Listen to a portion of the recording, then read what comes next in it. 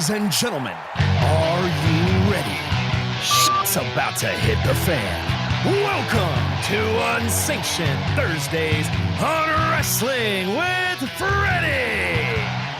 What's up, everybody? Welcome to Unsanctioned Thursday. You guys wanted a longer show. We couldn't give you a longer one, but we can give you an extra one on a different day. So thank you for tuning in. Thanks for demanding it. This is your all show, and we are bringing back our indie spotlight. And today, I don't know how long he's going to be in the indies because he's really, really good. But his name is Nic Nolan from Brooklyn, New York. He's currently in Davenport, Iowa. Welcome. You're our first guest of the year, first indie spotlight of the year. Welcome to the show, Nic Nolan. How are you? I'm great, man. I appreciate that. And say all the other things that I told you to say. Keep putting me over. Yeah, man. Well, no, we love you, man.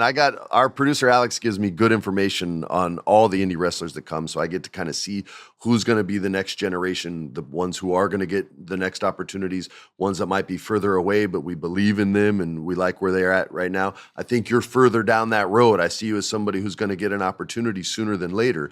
You were born and raised in Brooklyn, New York. My wife's a New Yorker. New Yorkers are interesting people because, like, I've seen your promos. Your promos are really good. And you represent all the things that I think people love about New Yorkers. Whereas there's another New Yorker, right, that people go, oh, that guy's so obnoxious, da-da-da-da. It's hard to balance, I think, the line between confidence and cockiness. But you come off very naturally confident. Is that something you've always been, or is it something that you just have a lot of faith as of late? Like, what is it that makes you come off so clean on the mic and on cam? You know, that's a good question. To be completely honest, I haven't always been this way. I've dealt with my own things. But on the mic, I've always felt that was my bread and butter, you know. I've practiced hundreds of promos looking in the mirror, you know, 15, 20 minutes long. Like, I'm practicing to open up Raw and shit like that. You know, I'm sorry for cursing. No, you can curse all you want. But it's just something that, because I know I'm very limited in what I can do in the ring. I don't do the flips. I don't do the dives. I don't do any of that. But I believe in order to really captivate people, you have to have them feel a certain way, you know? And that's what I try to do every time I grab the microphone, whether it's a short promo, long promo. But for me, I always try to find my truth when I do it. So no matter what I say, as long as there's something in there that I really, really believe, the rest will come off organic, if that makes sense. It makes a ton of sense. The only thing that I would bounce back at you with is I don't find you limited at all. It's just a different style of wrestling, right? Like Matt Cardona's not limited. He's just different. He doesn't flip and fly all over the place, right? Like, he has a different, he has like Liam Neeson. I have a special set of skills. Like, those are his skills. Those are your skills. You know what I mean? So I find all you guys to be artistic. You know, that what you was saying, you want to give people a reason to care. Like, that's why I grew up loving Jackie Chan movies. I loved the fight scenes because it was art, right? It was like choreography and beautiful, but you loved Jackie Chan, at least my generation did, because he was so sweet and he was the ultimate baby face. He was never going to be a heel. I don't think he ever played a bad guy in his life. But you cared about him, so you had a rooted interest in the fight, and you wanted him to beat all these Dutch kickboxers that he had brought in to beat the shit out of in these movies. So I've always compared that to kind of professional wrestling in a similar way, as you have to care about these people, and that's why the promo is so important. I also want to throw in, you said you've practiced promos for opening Raw. That's that's such like. What is the term where you're manifesting? Thank you. You're literally manifesting things to happen. You're seeing it, you're visualizing it.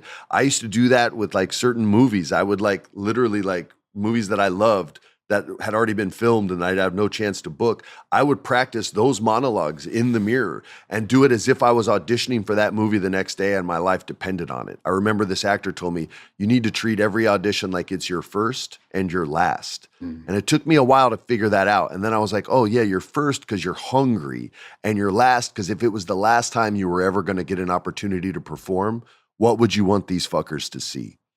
And that hit me like so hard when he said that. And so when I see somebody with a good promo, I always try to give them that same piece of advice that it was Brendan Fraser gave me, which is treat every promo like it's your first one and your last one.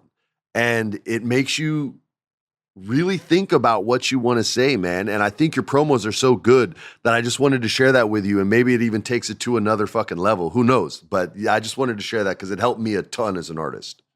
Man, that is so profound. You know? It wasn't my saying. It was somebody far more profound. It was George of the Jungle. It's the same thing. Like, that's right, dude. Yeah, you know, so it's like that's so deep. And I appreciate you mentioning manifestation because that's something that I really like.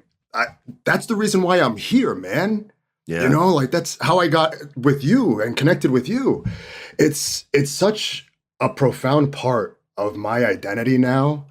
And I don't know, I have so much I could say about that and how I got to where I was and things happened for a reason and how I'm even here right here in Davenport, Iowa.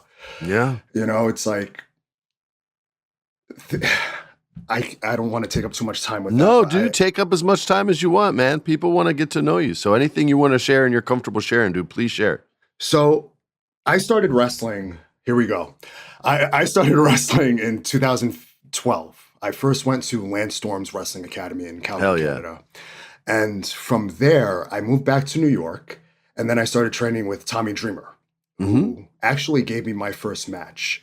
And the night of my first match was the night that Bully Ray attacked him at like a house show, and it turned into a whole angle for TNA. And with my first match, a couple of days before, Tommy says, he's going over the card and we're at training. And he says, we're going to have a battle royal and I want you in it.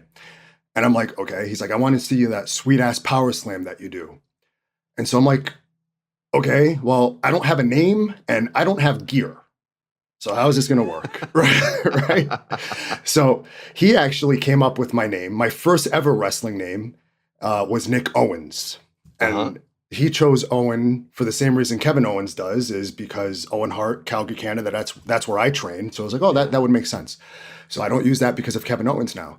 But the thing that I will never, ever forget, and he'll probably never, ever remember this, is I told him I didn't have any gear. And he says, all right, come to class on Thursday or whatever it is. I'll give you some gear.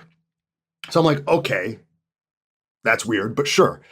So Tommy Dreamer comes and he says, here, try this on. And the pants that he gives me, I don't know if they're the same ones he uses now, but they're the black pants with the Dusty Rhodes polka dots on them.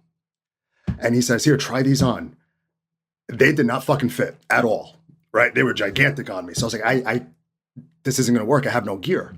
So I wound up borrowing a black singlet from somebody and did the show. And the cool part about this is I was always self-conscious about performing in front of my family. I had invited my dad to the show before I knew I was going to be on it. Oh, wow. And so we had gone to the show and then I said, hey, I'm going to be on this show. And he was there for my very first match. And what's crazy is not too long ago, he sent me a picture of the ticket from that show. He kept it.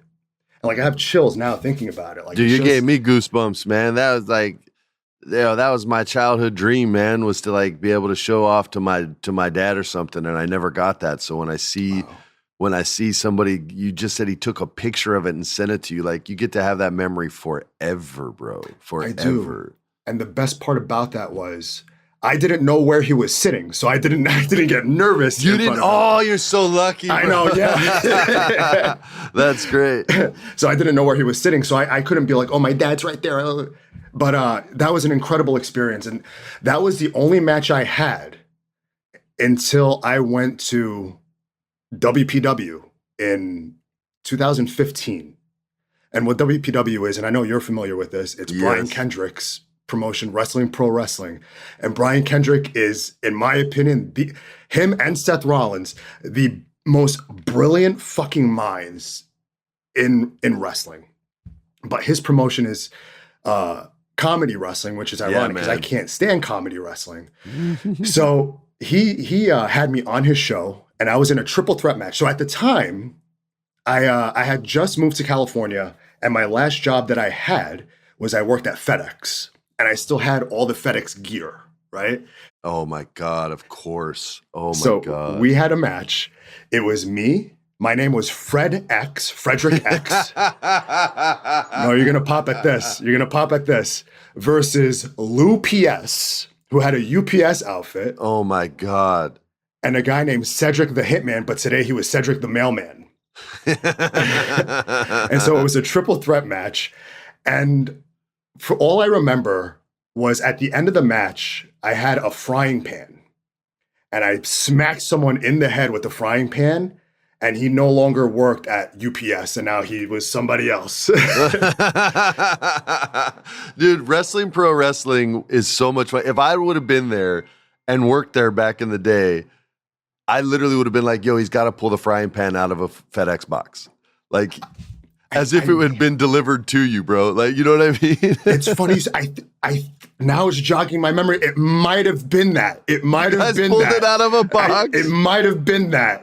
Yeah, and dude, I had we had the envelopes and everything, and my catch. I cut a promo. You had the envelopes too? Yeah, we had the FedEx envelopes, and he had me cut a promo before the match, and I ripped off John Cena here. But my go home line with that was, "The package is here." Oh my God, that's great. That's so great. Pro wrestling. For those of you guys who don't know, and I've spoke about it maybe like season 1 or season 2 of this show. I did not want to go. And Xavier Woods was like, you have to go. And I was like, man, people make fun of wrestling. I don't want to see a comedy wrestling show.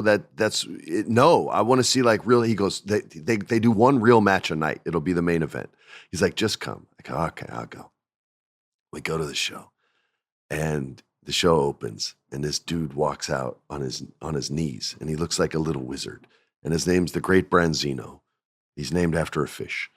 And he goes out. And I'm like, how's this guy going to work, man? He's not going to work on his knees. Like, this is ridiculous. Well, they were smarter than I was. And he comes out and he goes, I cannot wrestle tonight, for I have contracted a magical transmitted disease. I have harpies instead of herpes. He had fucking harpies, which is like D&D shit. This guy was so in character. And I'm like, yo, what is this?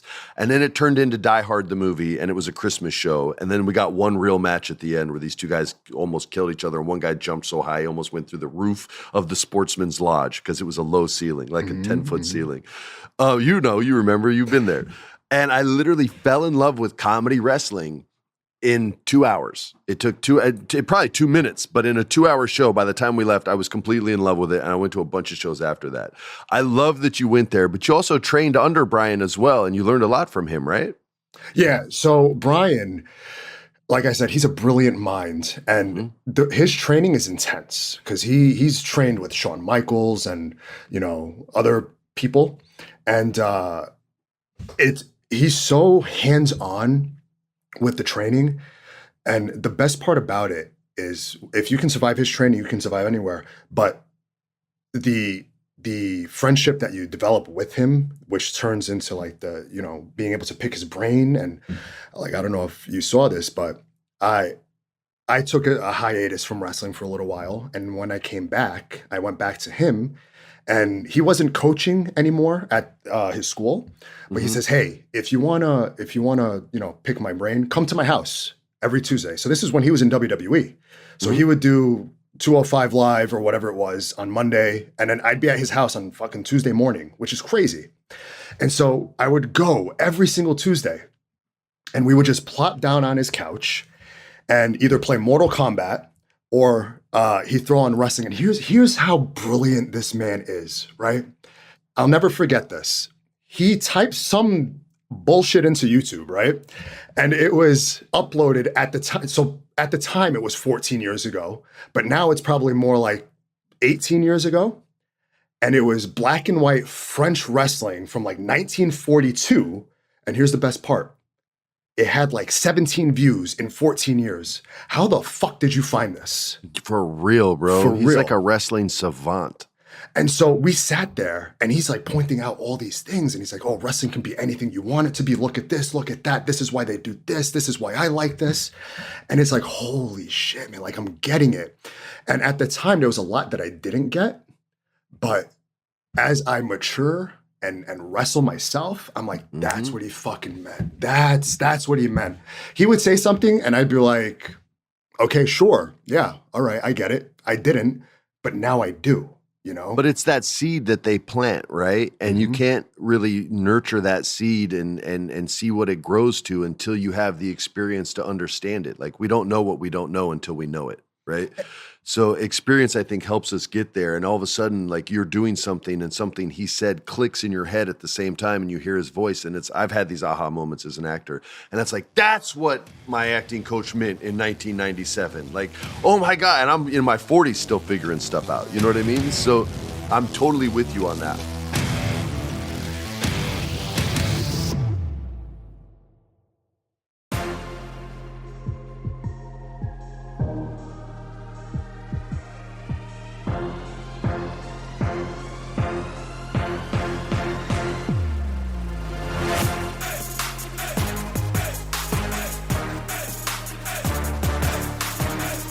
I want to jump, if you're cool with it, from Brian to where you went next with Seth at Black and Brave. Can you talk about that experience and just the transition and the reason why and all that good stuff? So the reason why was simply because Brian wasn't coaching anymore in the ring, and I needed to get back in the ring. I can sit there on his couch in Venice every Tuesday, but unless I'm actually training and actually wrestling, it's not going to get me anywhere.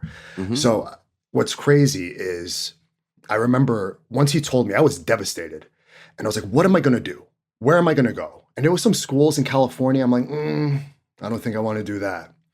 And so I just happened to be watching one of Seth's documentaries on the network or whatever they had it on at that time. And I was like, oh shit, that's right. He has a school. So I'm going to give you a time frame here because this is crazy. Talk about like manifesting things. This was, I want to say, the third week of April, 2022. So I had watched it. I sent Black and Brave an email and said, hey, do you guys have any openings in your upcoming classes? I was trained by, and I tried to like pull this off to maybe they'd give me a little bit more leverage. Oh yeah, okay. I was trained by Lance Storm, Brian Kendrick, to make them more open to receiving me, I guess. Yeah, definitely. And so I sent that email on like Monday night and like, I'm going to say April 21st. Just to give you an idea to see how crazy this is.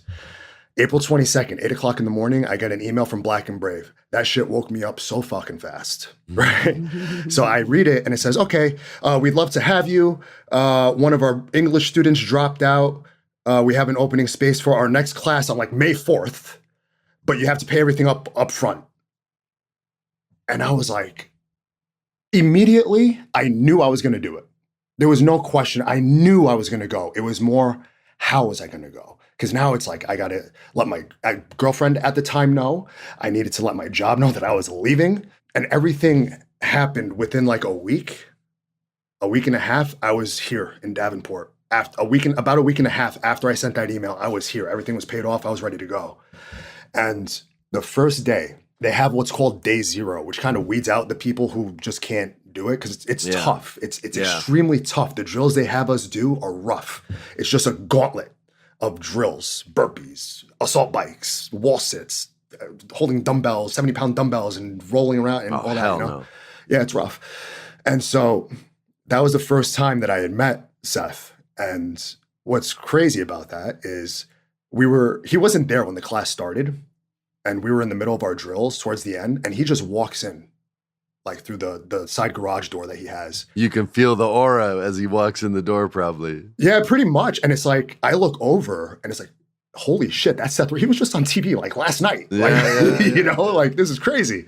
And he doesn't say anything. He just kind of like glides. Like I don't even see his legs moving. It's just like he's floating, you know? Like an Undertaker walk all literally, of a sudden, but in real yeah. life, that's great. Yeah, he's just kind of like floating to the front. And then everything finishes. He introduces himself. Like we don't know who he is, right? And the class finishes up. And I'm trying to talk to him. And I could just tell, like, right off the bat, I feel like this guy did not like me.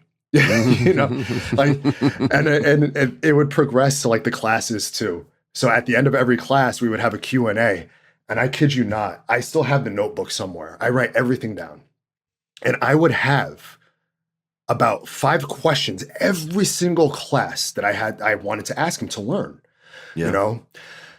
And some of the questions, you know, to me, I thought they were good questions. I was, maybe he's going to give me some fucking details that no one else knows, right? And then I remember I don't know. It just felt like at the time, my perspective has changed, but at the time, I don't think he liked me because I would ask so many questions and he'd call me the question man and kind of just be dismissive or short answers and things, and it's like, damn, did I piss this guy off? Is my career over? Is he gonna Yeah. And so we finished the class, and on the last day of class, we're having matches, right? And so it's a 8-man tag, I think it is, and they're like, all right, it's gonna be Nick, Joe, Tommy, RJ versus Maggie, DJ, Jeremy, and Seth Rollins, and we're all like, what? yeah, for sure. And so we had a match with him. So we go to put the match together, and he's like, all right, I'm going to start with Nick. We're going to do this, and then you tag this person in. We're going to do this, and this. And then we get to the finish, and we're putting together the waterfall at the end where everyone pretty much hits their shit and leaves. And I have a thing with going over the top rope because when I was at Lance's, I went over the top rope backwards, and I landed with my shin on the edge of the apron. Oh, fuck, no. Yeah, which... I don't know if you know this, is the hardest part of the ring. Yes, right? I've heard a commentator or two maybe mention that. Yeah, I don't know. But it's the hardest part of the ring. And my leg, I'm not even kidding, it was indented and cut. And I'll never forget this. My best friend, he's like, he wasn't my best friend at the time, but at the time, he's like, holy shit, Brooklyn, I can see your bone. But it was just like the fat or something on my leg. I'm going to throw up. That's so gross. It was disgusting. And so I had a thing with going over the top rope backwards, and Tommy Dreamer actually in that Battle Royal changed the rules of the Battle Royal for me because I couldn't go over the top rope backwards. And so in this match, we're putting it together. He's like, all right, Nick, do your thing. I'm going to come in and I'm going to hit you with my patented AA. And then you get up and I'll clothesline you over the top rope. And I'm like, I didn't say no, but as far as I know, it's only me and John Cena have taken an AA from Seth Rollins, which is pretty fucking cool. That's pretty sweet. And so we do it. He gives me a clothesline over the top rope, and it was fine. It was fine. It was all in my head, obviously. Oh, well, yeah, man. It always is. It always is. That's how we go. So I got over really easy, and he got he got tossed out of the ring on top of me. And he's like, good shit. And then the match was done. They finished up there. But from there to where I am now, it took a lot of work and a lot of patience on, his part with me, because I ask a lot of questions. Yeah. And especially over the last few months, our relationship has gotten a lot better, I think. Because before, he would kind of just talk to me like, get away, fucking Mark, like that kind of thing. Or maybe that's probably just my perception of it. Of course. That's probably not what it really was. A lot of it, I think, and I know this when I was a young actor coming up, they just want to know and see how committed you really are to it. They don't want to give all their energy and answers to all these questions to somebody who's not as committed as they are. And he's probably been burned a lot and given a lot of information to people who just gave up and quit. And so when you see that somebody's got what it takes to stick it out, then all of a sudden you start to open up a bit more because they've broken down your walls. At least that's been my experience in show business. And we're all in show business, just in different formats of it. Yeah, that's what I think it is, because a couple of years ago, or about a year ago, actually, one of the things, because I asked him for an honest assessment of where I am and where he thinks I am. And he says, dude, you got to get into better shape. Like, that was the first thing that he said. Mm-hmm. And then he said all these other things. But that was the first thing. And it makes sense. For wrestling, when someone's flipping through the channels, you want them to stop and be like, who the fuck is that? Totally agree. Right? Like Drew McIntyre, for example. Male or female, when I'm switching channels, if the body is jacked, I'm like, yo, how the fuck did they do that? Like, I get jealous, it makes me want to watch and see whether it's a male or female. I don't care if it's Drew or Jade. Like, either one of them, I'm like, God damn, wish I had an 8-pack. Like, yeah, I wish I looked like Jade Cargill. Yeah. I'm telling you, man, I do. So I'm with you on that. I totally agree. And so a few months ago, I sent them a match that I had. And the first thing he said to me, it's nice to see you getting in better shape. Hell yeah, dude. And ever since then, it's been more of like a big brother talking to a little brother with like the way he speaks with me, Because before, when I would ask for advice, he'd be like, all right, this, and this. And I'd apply it. But now it gets to the point where it's like, I'll ask him a question and he'll give me feedback. And then he'll be like, all right, next time, let's work on this. We need to work on this. It went from go do this, and now it's like, we need to do this. Yeah, man. You know, show me this. And the next one, I want to see this. So now that's way more encouraging for me because it's like, holy shit, like he actually gives a fuck now, you know? Yeah, dude. I what you're saying is so relatable from an artistic perspective when dealing with like mentors and people like that. I've had directors on movies that are exactly the way you just described. Let's work on this. Let's do this together. And I've had other ones that are like faster, slower, speed that up. And I'm just like, what the fuck? Okay, I guess I'll do that. And you're obviously as an artist much more receptive to the other way, right? As opposed to just here's directions, do them. Like I'm much more an artist, far less a soldier. So I want to know why. I need some motivation. And once you get somebody who starts sharing that kind of stuff, it's a relationship that I think can last the test of time. Yeah, and it's funny you say that because that's how I am. Because when he would like give me the directions, I would do it, obviously, but now it's like more encouraging. It's like, oh, yeah, like, man, we're in this together. And I was actually just talking to him this morning about a character change and what I'm going to be doing with that. And like what he asked me what the character was, and I sent him like this 5-minute promo of what the character is, right? Jeez, and he's like, Louise. Explain it in 15 seconds. In 15 seconds, yeah. I was going to say, for the first time, I was like, holy shit, I can do that. Like, I know who this character is. Good, dude. That's fucking great. And I was like, I was watching my little timer on my thing. I was like, 14 seconds. Yeah. And I got it out, right? No, but what's funny is the first time I did it, it was 11 seconds. I was like, no, I got more to say. So I deleted it and then made it 14 seconds. That's and then right. he says, you know, this is going to take full commitment from you. And I was like, you know what? I need to at this point, because he told me, like, what I need is to find something that's money, you know? Mm-hmm. Like he said, you do your promos are good. Your matches are good. This is good. This is good. Overall, you're good. But this is what's making, you know, WWE pass on you. And like, I sat long and hard and thought about that. I was like, what do I need to do to stand out? And he told me what not to do. So he told me, that's valuable. He told me, you know, the moves that I were doing was like copy and paste wrestling. I got rid of all of them. Mm-hmm. I don't do any of that anymore. And developing the character, he's probably going to get back to me, but I'm kind of in limbo right now because I sent him what I'm doing to commit to the character, and he just sent me a thumbs up. And I'm like, oh shit, like, like I don't know what I'm doing now. Did I choose the wrong character? Like, what's going on? Nah, fuck no, dude. Commitment. Let me interrupt you, man, because this shit's important for everyone to hear.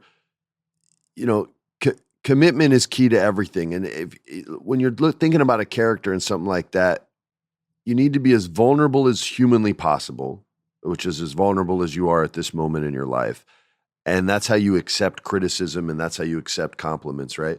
But I would give it as an example. When I worked at WWE and did like an acting class there, I would literally show people that scene from Liar Liar when Jim Carrey's trying to say the pen is blue or the pen is red, and he can't do it because he can't tell a lie. And the level of commitment that was necessary to make that scene funny instead of awkward and shitty and something that gets cut on the floor is the likes of which I've never seen before. Like, and that's a comedy scene, right? Like, I'll put that up against anybody's dramatic scene. I'll put that up against Anthony Hopkins' best dramatic role and say the level of commitment is identical.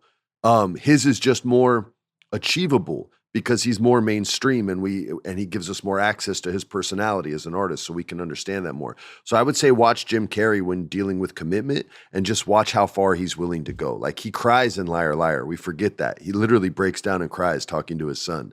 But we only remember the funny bits and all the funny stuff. Like, it's next level. So anything you can do to be vulnerable and open and honest with yourself, and then translate that honesty through the character, even if it's a fake character, that's what every actor's done their entire career and their whole life. And you can do it too. So take a thumbs up as you're on the right path. You just need to fucking commit all the way.